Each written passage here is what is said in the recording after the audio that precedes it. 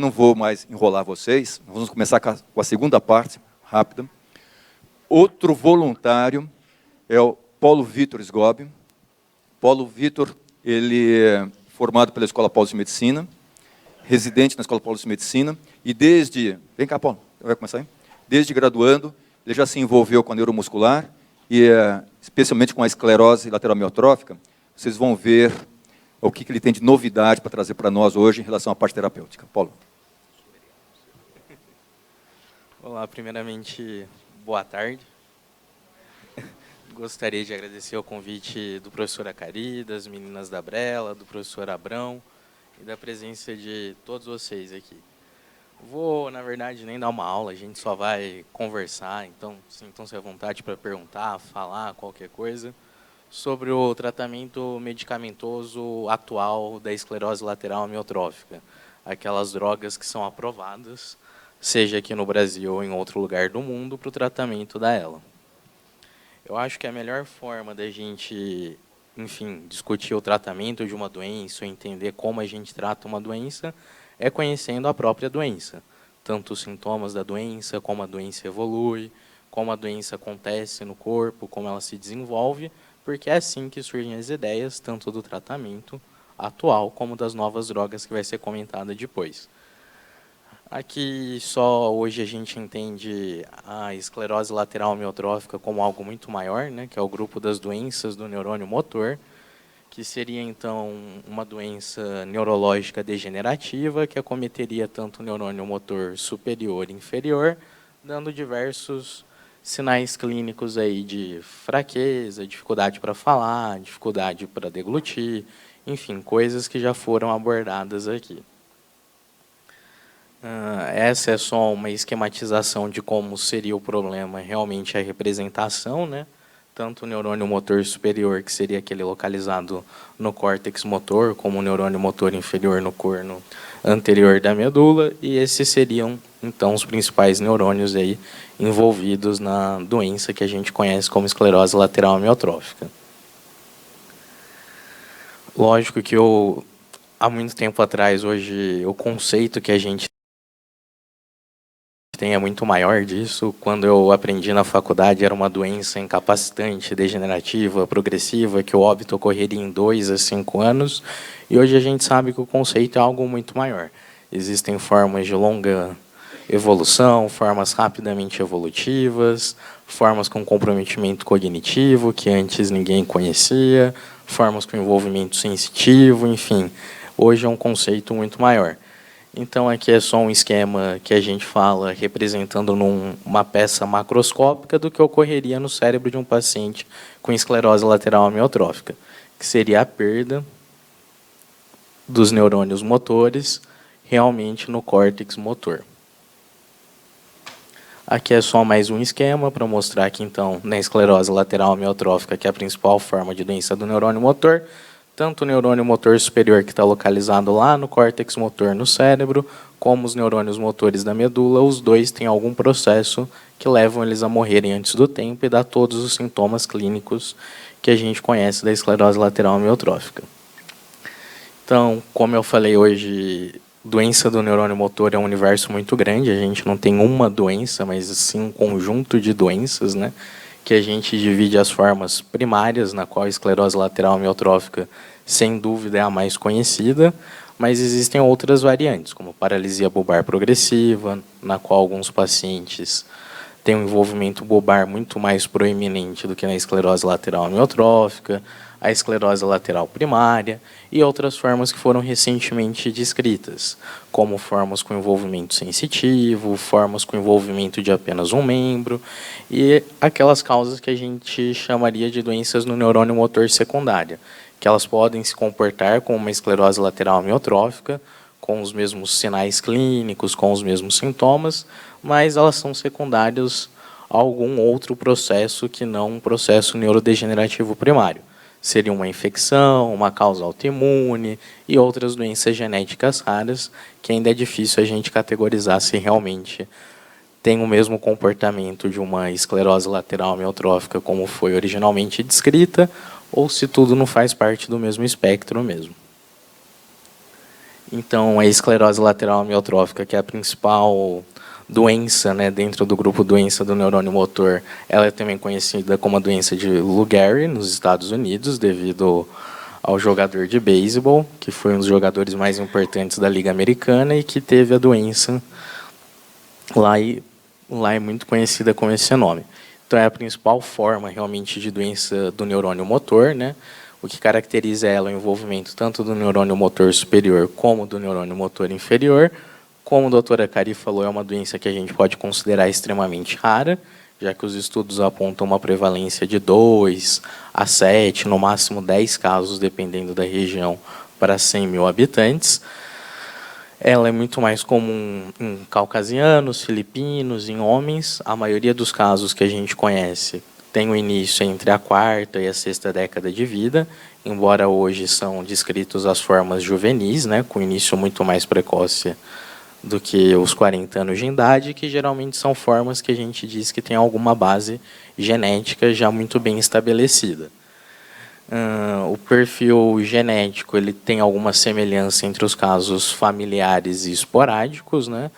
A gente sabe que a principal forma genética de ela seria associada a mutações no gene que a gente chama de C9orf, que também seria a principal causa dos casos esporádicos. E é uma doença que ela tem uma distribuição global, entendeu? Afeta todos os países, em todos os continentes, só com algumas regiões muito específicas que pode ter agregados familiares mesmo que justifiquem um aumento da incidência.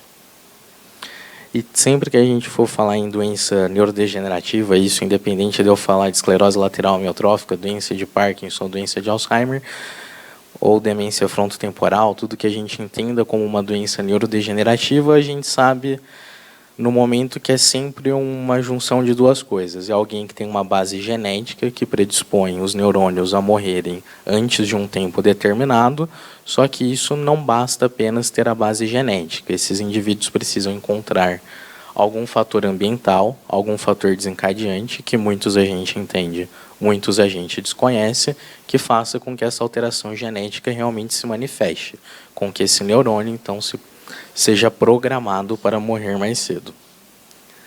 Então, sempre que eu gosto de falar de tratamento da esclerose lateral amiotrófica, é importante falar sobre a história natural da esclerose lateral amiotrófica, porque tantos em congressos como dúvidas de pacientes, de médicos da área, o quanto que os tratamentos atuais são realmente efetivos.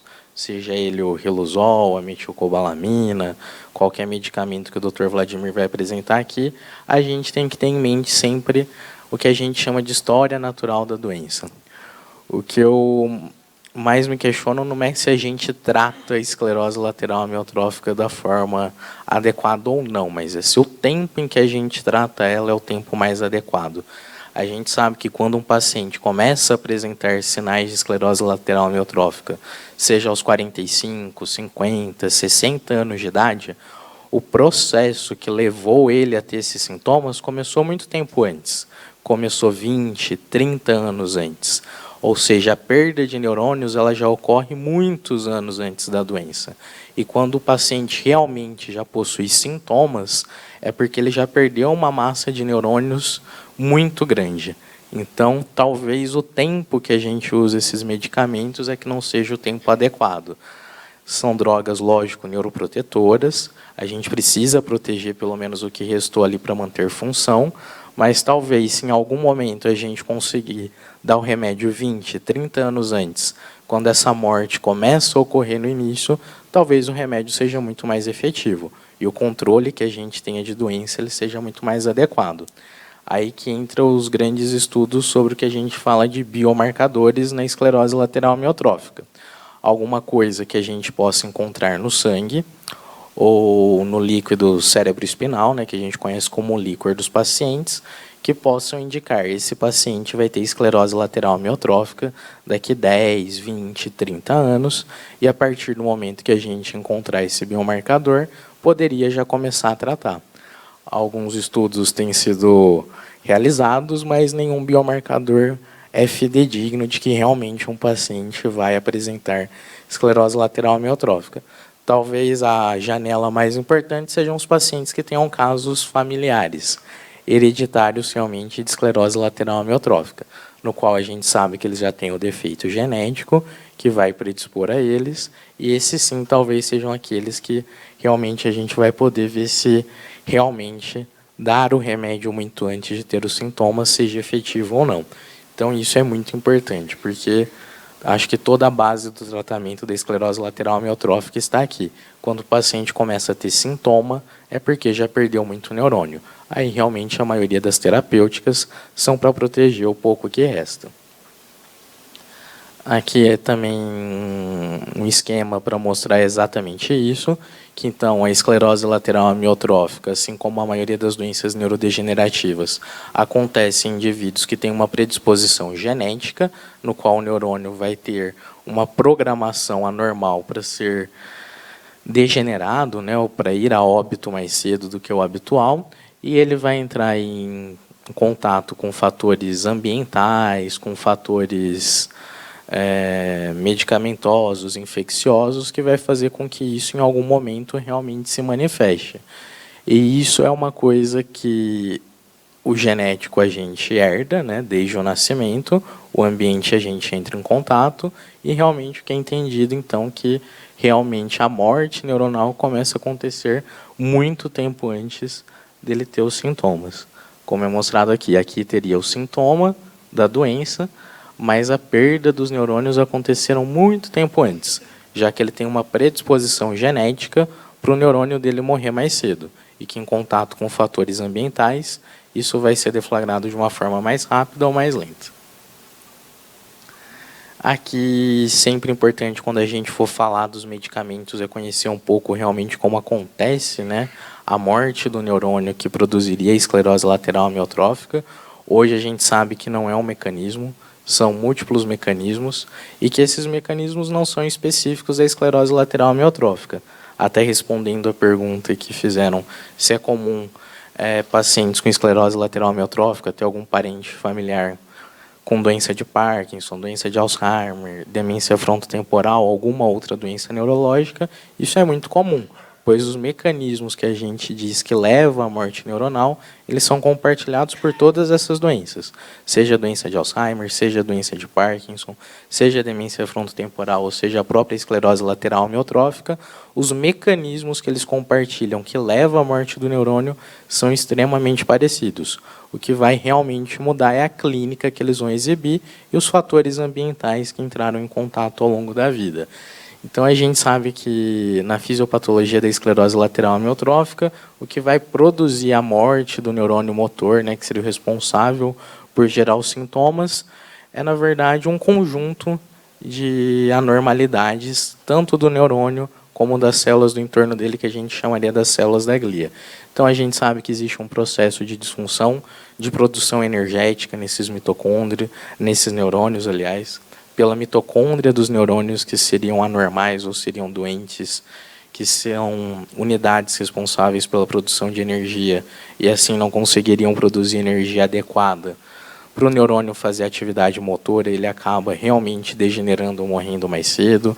A gente sabe que existe o papel de uma coisa que a gente conhece como a toxicidade mediada pelo glutamato, que muito glutamato realmente em torno desse neurônio motor leva ele a ter um processo de degeneração mais rápida. A gente sabe que existe um componente inflamatório também na esclerose lateral amiotrófica. Existe uma coisa que a gente chama de defeito no transporte vesicular e de microtúbulos que transportam alimento, que transportam as informações para um neurônio comunicar com o outro, e a gente sabe que tudo isso não ocorre de forma separada, tudo isso ocorre de forma junta. E quando a gente conseguir entender como tudo isso ocorre de forma junta e coordenada, e como eles vão levar à degeneração, aí talvez a gente consiga entender todos os medicamentos possíveis para tratar a esclerose lateral amiotrófica, assim como qualquer outra doença neurodegenerativa. Mas todos os medicamentos que a gente vai comentar aqui hoje, sejam os atuais aprovados ou os que estão em estudo, de alguma forma eles estão envolvidos aqui. Seja para eliminar radical livre de oxigênio que mata o neurônio, seja para aumentar a produção de energia do neurônio, seja para melhorar a comunicação do neurônio com o neurônio motor inferior, seja para melhorar as células aqui ao redor, que a gente conhece como células da glia, que dão sustentação, alimentação, todos os remédios estão envolvidos aqui. Aqui é só um desenho para mostrar o mesmo esquema, né, que os mecanismos são múltiplos, então tem a disfunção das células vizinhas, que a gente conhece como células da glia, existe uma disfunção dessa organela que é a mitocôndria, que produz energia para que esse neurônio sobreviva, existe um defeito realmente no transporte de moléculas que são importantes para a comunicação do neurônio com o próprio músculo, e são nesses lugares, então, que a gente estuda novos medicamentos para que possa ocorrer, enfim, o tratamento dela. Aqui é um outro desenho, só esquematizando de uma forma diferente a disfunção da produção de energia, a disfunção das células adjacentes, que leva à morte do neurônio.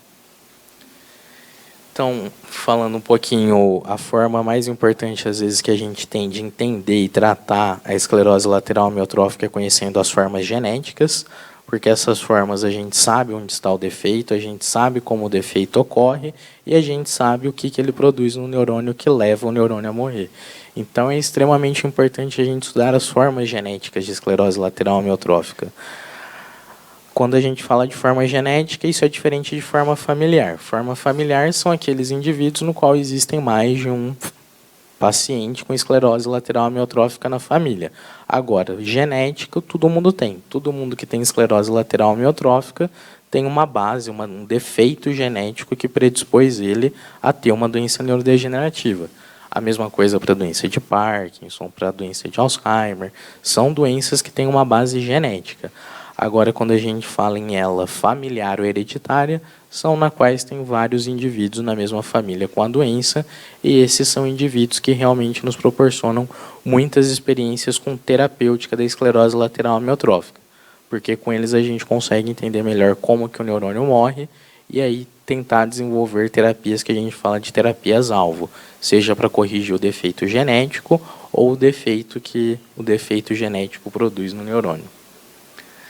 Então, o tratamento atual da esclerose lateral amiotrófica, a gente diz que tem uma terapêutica sintomática, que eu não vou comentar aqui porque já foi abordada, que seria o tratamento de todas as disfunções clínicas que esse paciente poderia apresentar.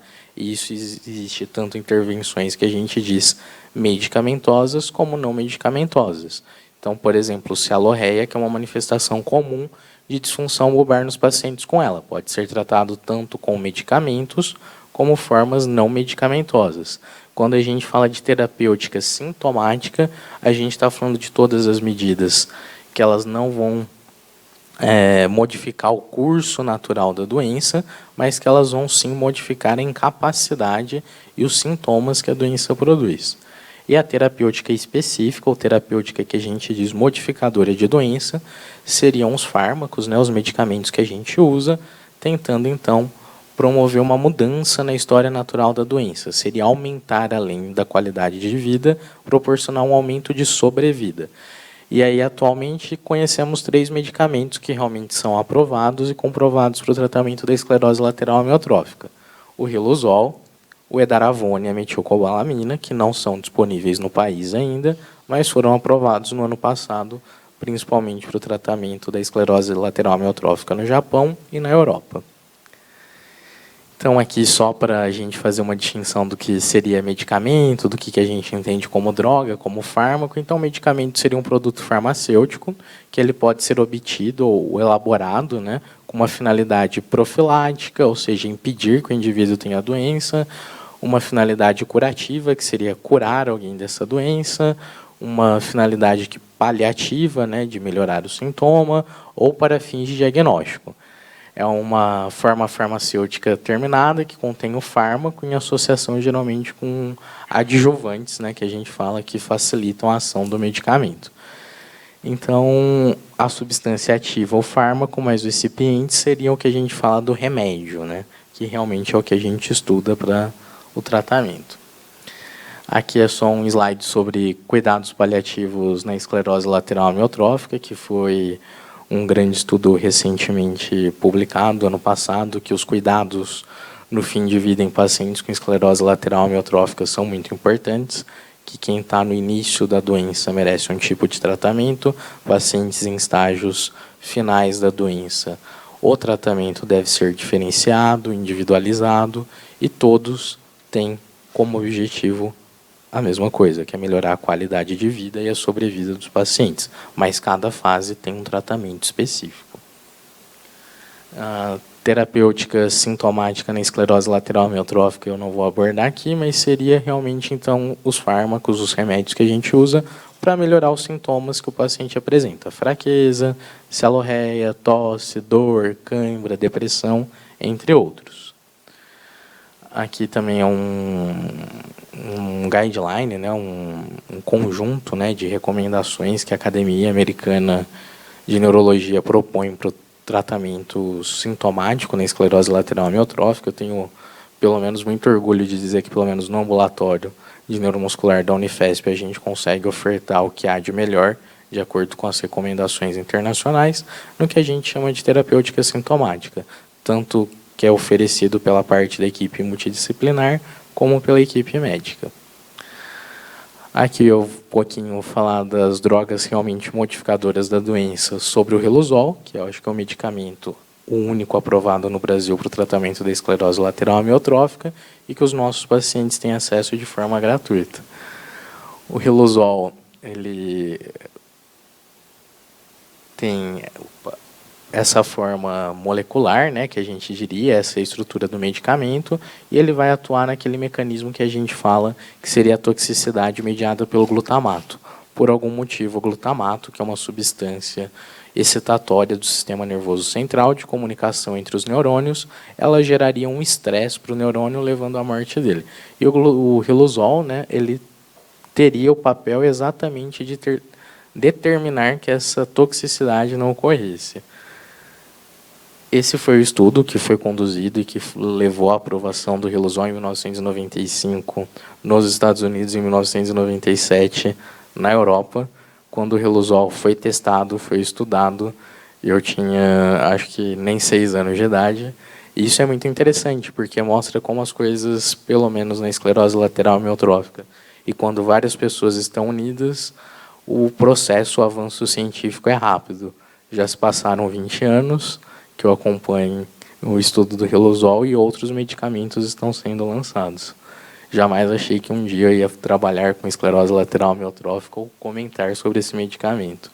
Realmente o estudo mostrou que, em comparação com o placebo, né, o Riluzol ele aumentava a sobrevida dos pacientes e que essa sobrevida, esse aumento de sobrevida era maior nos pacientes que tinham início bulbar, que a gente fala.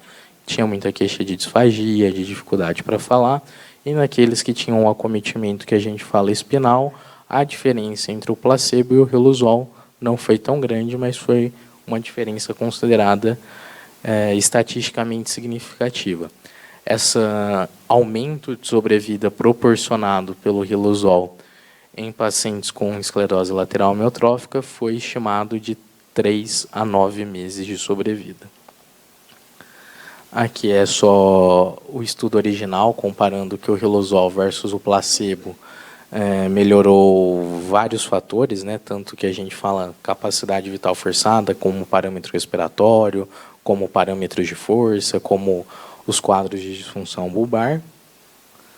Aqui para mostrar só que a taxa de deterioração realmente era menor nos pacientes que usavam o Riluzol do que naqueles que usavam o placebo. Então, quem usou o Riluzol teve menor disfunção bulbar, teve a força muscular mais preservada, teve a função dos membros mais preservadas. Por isso que foi a primeira droga a ser aprovada para o tratamento da ELA. Agora, em 1997, então, foi a aprovação mundial na Europa e no Brasil, depois que ele chegou. Agora a gente está em 2016, quase 20 anos após, os novos medicamentos aparecem.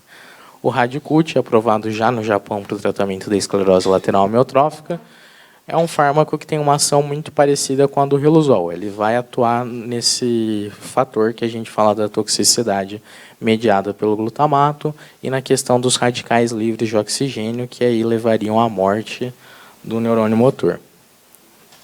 O mecanismo de ação realmente está aqui, na toxicidade mediada pelo glutamato e na produção de espécies que a gente fala de radicais livres de oxigênio que matariam o neurônio.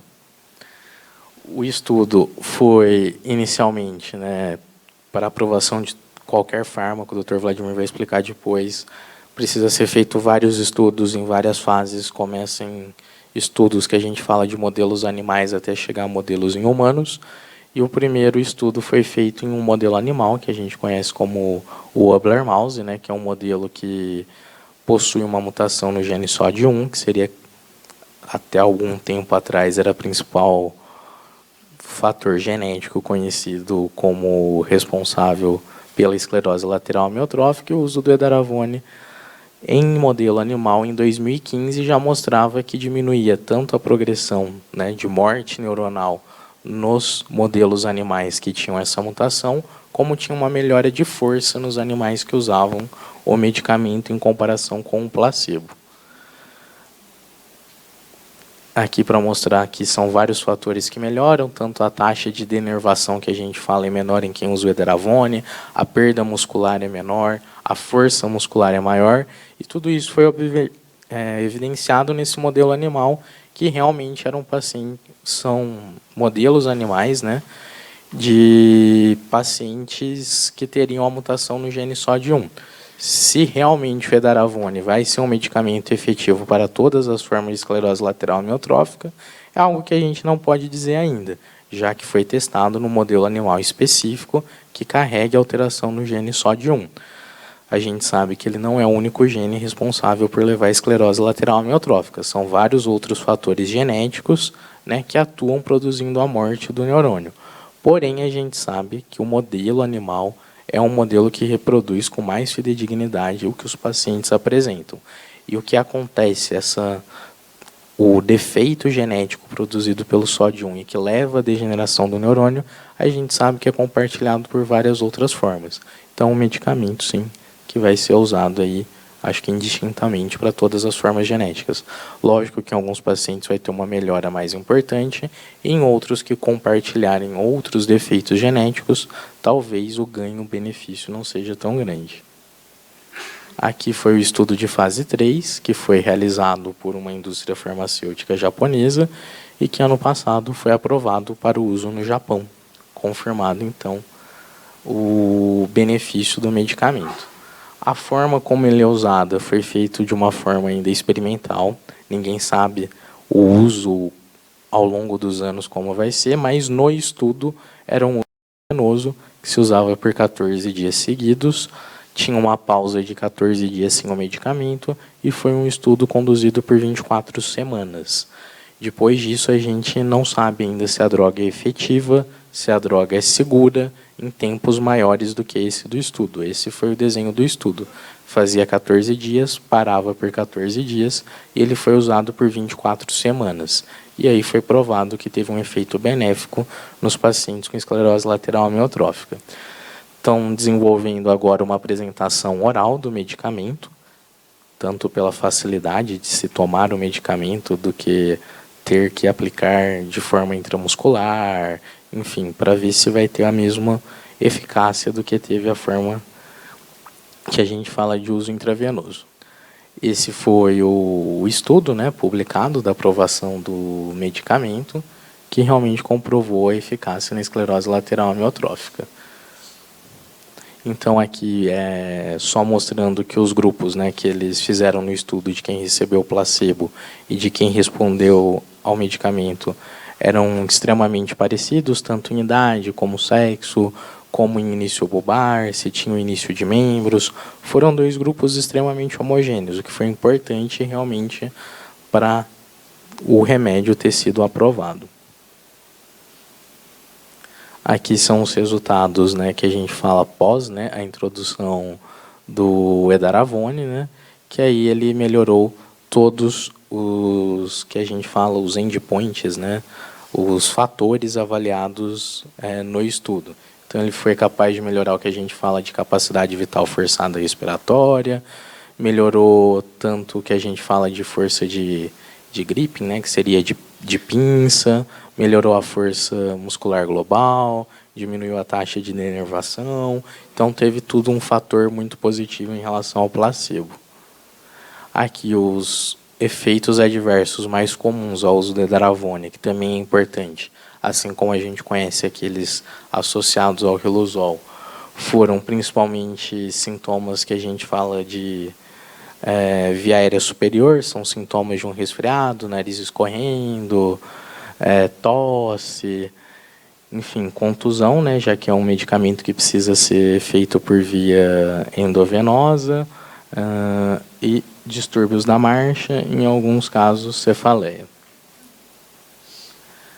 E aqui sobre a metilcobalamina, que também foi um outro medicamento aprovado para o tratamento, não foi uma grande novidade, a metilcobalamina já é estudada há tanto tempo como o riluzol. A única questão que mudou nos estudos atuais é a dose que se usava. A metilcobalamina nada mais é do que o que a gente conhece como vitamina B12, só que numa apresentação diferente. Ela tem um radical que a gente chama de metil, que tem uma capacidade de penetrar no sistema nervoso central muito maior do que aqueles medicamentos que a gente encontra disponíveis na farmácia que a gente repõe, que seria a cianocobalamina ou a vitamina B12 normal. Já tinha vários estudos animais que não são novos, são de 10, 15 anos atrás, que mostravam que altas doses de metilcobalamina elas conseguiam produzir regeneração do nervo e regeneração de neurônios motores em modelos animais tanto de esclerose lateral amiotrófica como de outras doenças neurodegenerativas, que até então não tinha sido testado se era isso realmente efetivo em humanos. Em humanos já tinham sido feitos alguns estudos, só que numa dose muito menor do que a que foi feito atualmente. Aqui é só mostrando realmente o modelo animal, que quando o modelo Wobbler, né, que é aquele que possui a mutação no gene SOD1 que causa ela, e usava altas doses de metilcobalamina, eles tinham muito mais preservação de força do que aqueles que não usavam. Aqui é para comparar tanto a taxa, né, de perda de neurônio motor como a força do bíceps. Aqueles que usaram realmente a metilcobalamina em altas doses tinha força preservada e maior preservação das unidades motoras, realmente provando que em altas doses era um remédio eficaz. Aqui é só para mostrar a preservação das fibras musculares com altas doses de metilcobalamina em relação ao placebo, e aqui um número realmente que a gente fala de terminais nervosos ali, que são funcionais, né, maior em quem usou a metilcobalamina. Então, teve um estudo de metilcobalamina em doses muito altas, que seriam doses de 100 miligramas por semana, que é muito maior do que o que realmente a gente acreditava que foi benéfico. Aí foi publicado o estudo na Neurology que metilcobalamina 50 miligramas 2 vezes por semana em 182 semanas, que foi o tempo de estudo, os pacientes tiveram um aumento de sobrevida e um aumento também na qualidade de força. Então aumentou tanto a qualidade de vida como a sobrevida. Eu acho que a principal dúvida que a maioria dos pacientes tem é se esse efeito da metilcobalamina se estende a todas as formas de vitamina B12. Isso a gente sabe que não. A forma que é disponível no Brasil, que seria cianocobalamina, que pode ser tanto administrado por via oral, assim como por via intramuscular ou endovenosa, ela não tem a capacidade de entrar no sistema nervoso central como a metilcobalamina. Então, para ter realmente o efeito benéfico da vitamina B12, tem que ser nessa apresentação da metilcobalamina, que ainda não é produzida por nenhum laboratório no Brasil. Ela não é disponível nessa apresentação. Mas realmente os estudos comprovam que tem um efeito benéfico em todos os cenários estudados, tanto em melhorar a qualidade de vida, melhora de força, melhora de sobrevida, assim como melhora dos sintomas bulbares. Aqui é a mensagem final apenas da minha aula, que eu acho que é o mais importante.